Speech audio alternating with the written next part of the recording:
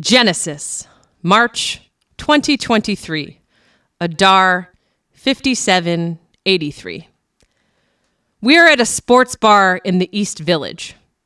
He is fucking hot. I will later bring him home. For the next 3 months, he will come over and we will fuck.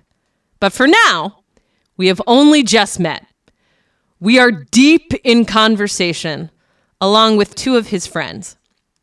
We are talking about international travel, places we've been, places we'd like to go.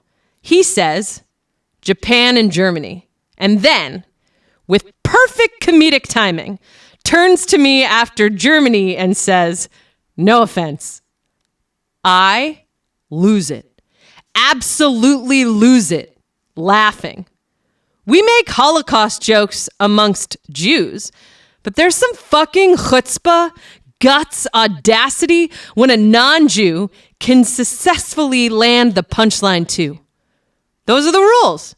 Those are the rules we know we're allowed to tread when we are in intentional interpersonal relationship with someone who has an identity or identities different than our own. His friends are like, dude, what the fuck? I'm like, no, that was fucking brilliant. You were testing the waters. I'm into it. Good work. And then, deeper and deeper, we are able to go. Exodus, November 2024, Cheshvan 5785.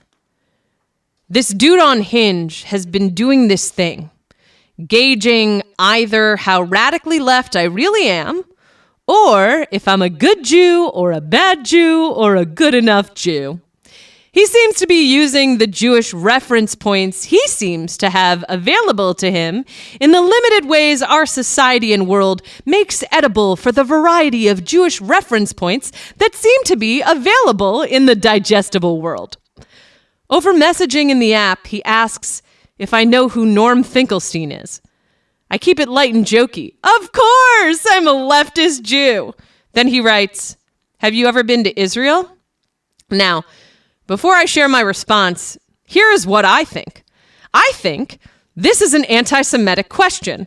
I think this is an anti-Semitic question because it inherently implies that all Jews must and or should have a connection and or relationship to Israel, and it also dilutes Judaism to being only about one's connection and or relationship to Israel. It is othering. We haven't even met. I want to write back, do you ask everyone on Hinge if they've been to Israel? The same way you ask what their favorite movie is or what music they like or what they do for work? But I don't. I know he is only asking me because I am Jewish. He wants to know if I am a good Jew or a bad Jew. I write back, I went to Israel when I was 16 with my family, but I haven't gone back since. And then I ask, to model the lesson, have you ever been to Palestine and Israel? But before I hit send, I go back and insert a purposefully in front of the haven't gone back. This way, he'll know I am a good Jew, at least for him. I know what a good Jew is for him. I hit send, and then I start to sob, throw my phone on the kitchen table, hurl my body into fetal position on my apartment floor. Leviticus, February 2025, Shvat 5785. He messages me that he would kill to marry a Jewish. A Jewish. Doesn't even say a Jew. I am not your fetish. I am not your scapegoat. I am not your sacrificial lamb, your lamb's blood on the doorpost to pass over, or your leavened bread to leave behind. I am not your buffer, your excuse for proving you are not anti-Semitic, or your excuse for being anti-Semitic. I am not your right-wing pawn, your left-wing pawn. I am simply asking for sake of conversation. I am just asking, I am just trying to gauge whether or not we're on the same page. Numbers, April 2025. Nissan 5785. It's our first date. Our main courses haven't yet arrived. From across the table, his left fingers stroke my right forearm. I don't remember how it comes up, it just does. He wants to know what I think. I use the particular word I know he wants, no, needs me to use. He says, that's good, given his brother. Otherwise, it might be a problem. His brother, but not him. Because when I ask him what he thinks about politics, he says he tries to not get involved, needs to protect his peace, says we should move on to another topic of conversation. But at least I am a good Jew, so I can still protect his peace.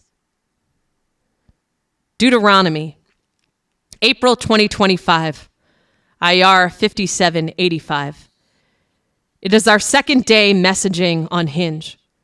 By now, we have shared our jobs, about our activism and social justice work, about what we're looking for here on this dating app and in relationships and dating at large. A half an hour after midnight, he texts, "Hey, up?" I am asleep, then facilitating a workshop. At 11:30 in the morning, he asks, "Are you there?"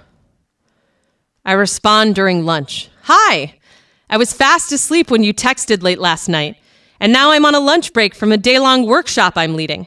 How are you doing?" He responds, "I just needed to share. I went to Palestine a few months ago, and it was a life-changing trip. Since then, I have been highly critical about Israel and their illegal occupation. I wanted you to know that and also gauge how you feel or where you stand since I saw you were Jewish. Don't know what that means to you." Good Jew. Bad Jew. Good Jew. Bad Jew. I weep on a park bench in Central Park after the workshop ends. I respond, "Hey, from what you've shared here and what you've shared previously, it seems we are very much aligned and on the same page about Palestinian liberation and justice and dismantling oppression at large. I totally understand if this particular equity issue and or others and or having an anti-oppression lens is a non-negotiable in dating. It most certainly is for me, both around the ways our liberations are intertwined and what's happening right now in Palestine and Israel. That said, I'm curious about what inspired you to ask about this at the particular moment you did in our back and forth, and also the way you framed it. What comes next doesn't matter. A relationship probably shouldn't start with me weeping on a bench.